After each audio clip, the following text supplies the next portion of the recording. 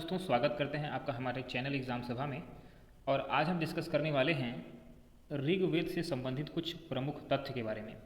क्योंकि आप जानते हो कि अगर प्राचीन भारत के इतिहास के बारे में अगर डिस्कशन किया जाए तो ऐसा संभव ही नहीं है कि हम ऋग्वेद या फिर वैदिक पीरियड को नज़रअंदाज करते हुए हम परीक्षा की तैयारी करें। तो हम आज वैदिक काल के कुछ महत्वपूर्ण बिंदुओं पर चर्चा करेंगे।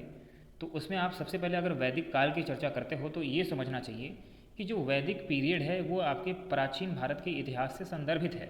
दूसरी बात, आप ये समझिए कि वैदिक काल में वेदों की चर्चा होती है, वेद ग्रंथ जो मिलते हैं उसी समय काल की चर्चा होती है। तो हमें वेदों से जो चीज़ें मिलती हैं, वेदों के बारे में जो इन्फॉर्मेशन मिलती है वो बहुत ही महत्वपूर्ण होती है। तो वो बातें हमें जानी चाहिए। तो आज की वीडियो में हम ऋग्वेद, आप जानते हो कि 4 तरह के वेदों की चर्चा हमें मिलती है, ऋग्वेद, यजुर्वेद, सामवेद, अथर्ववेद। तो हम पहले और महत्वपूर्ण या कह सकते हैं कि प्राचीनतम वेद का डिस्कशन यहाँ पे करने वाले हैं, जो वेदों का वेद भी कहा जाता है। तो ऋग्वेद के बारे में हम प्रमुख इंपॉर्टेंट पॉइंट जो परीक्षा के लिहाज से महत्वपूर्ण होंगे हम उन्हीं की चर्चा करेंगे। सबसे पहले आप ये समझिए कि ये हिंदू धर्म से संबंधित है। ये हिंदू धर्म का एक प्रमुख धार्मिक ग्रंथ है और ये इसमें संस्कृत में मंत्र लिखे गए हैं। मतलब इनमें मंत्रों का जो लिखावट है वो देवनागरी लिपि संस्कृत में दिखाई देती है। अगर ऋग्वेद में चर्चा की जाए तो 10 भागों में इसको लिखा गया है और 10 भागों में उसको 10 मंडल बोलते हैं। कि मतलब ऋग्वेद को कितने मंडलों में बांटा गया है, प्रश्न आता है। तो आप जानिए कि 10 मंडल जो हैं ऋग्वेद को बांटा गया है। इसमें से अगर छंदों की बात किया जाए तो 10,600 छंद हैं इसमें ऋग्वेद में। इतने छंद किसी भी साहित्य में हमें पूरी दुनिया में नहीं दिखाई देते। ये बहुत बड़ी बात है। वर्सेस, जिसको इंग्लिश में वर्ष कहते हैं, छंद कहते हैं। तो 10,600 के आसपास छंद जो हैं वो ऋग्वेद में दिखाई देते हैं। 1,028 के आसपास हाइम्स, जिसको भजन बोलते हैं या कभी कभी इसको मंत्र के नाम से भी जानते हैं, कुछ लोग इसको मंत्र के नाम से भी जानते हैं। तो ये चीज़ें जो है हमें ऋग्वेद में दिखाई देती हैं। अगर हम इंडो यूरोपियन भाषा की बात करें तो ग्रंथों में सबसे प्राचीन भाषा जो है संस्कृत हमें दिखाई देती है। ठीक है, इंडो यूरोपियन भाषाओं में जिन ग्रंथों की बात किया जाए तो उन ग्रंथों में संस्कृत भाषा में लिखा गया ऋग्वेद सबसे प्राचीन ग्रंथ है। 1700 BC के आसपास का इसका ओरिजिनेटेड मिलता है। मतलब कि अगर बात किया जाए कि जो ऋग्वेद है उसका रचना कब हुई, उसको कब लिखा गया होगा, तो हमें प्रमाणों के आधार पर 1700 BC के ईसा पूर्व के आसपास का जो समय है वो हमें सही प्रतीत होता है।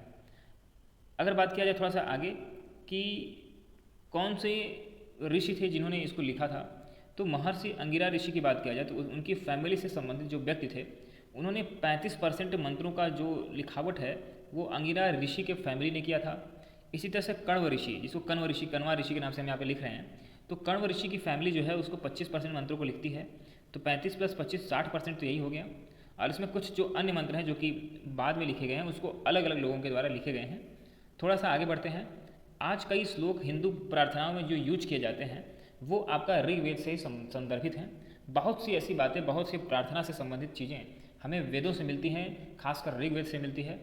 विश्व के उदय के रहस्य की, मतलब दुनिया का उदय कैसे हुआ, उसके रहस्य का वर्णन, भगवान का महत्व, उपयोगी व सफल जीवन जीने की मंत्र, इन सभी की व्याख्या जो है हमें इन मंत्रों के माध्यम से जो कि ऋग्वेद आदि वेदों में लिखे गए हैं उसमें हमें दिखाई देती है। ऋग्वेद के अनुसार ब्रह्मांड का निर्माण विश्वकर्मा आर्किटेक्चर, जो पुराने भगवान माने जाते थे, उनके द्वारा की गई है। ठीक है, पूरी दुनिया की रचा।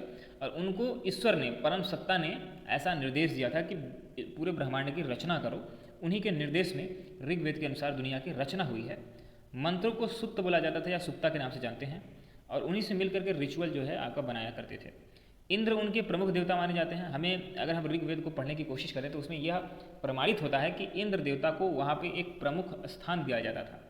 आकाश के देवता वरुण, अग्नि जो थे वो फायर गॉड थे, सूर्य देव को हम पूछते थे, माउंटेन गॉड जो थे आपका रुद्र थे, लॉर्ड शिव की भी हमें वहाँ पर चर्चा होती दिखाई देती है।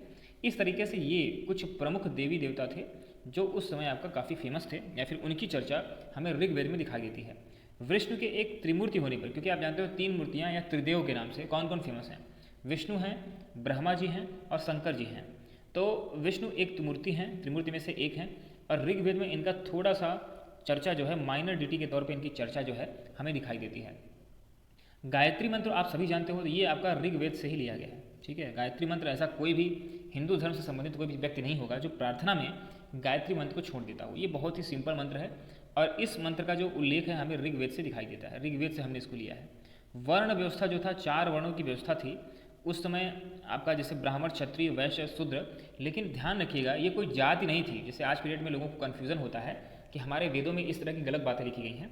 तो उस समय लोगों के काम के लिहाज से, मतलब कार्य की पद्धति के हिसाब से जो व्यक्ति जो जो जो जिस कार्य में संलग्न होता था, उसी तरह की संस्कृति के अनुसार उसकी जाति पड़ जाती थी, न कि उसका जन्म होने के बाद वही जाति होती थी। ऐसा कुछ नहीं है। उसके कर्मों के आधार पर उसके जाति की विवेचना होती थी, जो कि आज के कास्ट सिस्टम से अलग है। तो कास्ट सिस्टम का अगर ओरिजिनेशन बात किया जाए तो ऋग्वेद में हमें उसका वर्णन दिखाई देता है। जो उसमें अच्छे काम करता था तो वो आपका अलग जगह होता था। अब थोड़ा समझते हैं, थोड़ा सा बात आगे बढ़ाते हैं। और अगला वीडियो जो हम डिस्कस करने वाले हैं वो आपका वेदों के प्रकार के बारे में। तो इस वीडियो को हम यहीं पे समाप्त करते हैं, क्योंकि ऋग्वेद को हमने स्पेशल ट्रीटमेंट दिया है, क्योंकि वो आपका सबसे प्राचीन वेदों में से एक है और दुनिया के सबसे प्राचीन ग्रंथों की बात किया जाए तो उसमें से भी प्रमुख है, इसीलिए उसको मैंने अलग से वीडियो में डिस्कस करने की कोशिश की। इसी तरह के वीडियोज़ को देखने के लिए हमारे चैनल को आप सब्सक्राइब कर सकते हो। अगर आपको कुछ सजेशन देना हो, कुछ कमेंट करना हो तो हमारे कमेंट सेक्शन में जाकर के कमेंट कर सकते हैं। धन्यवाद।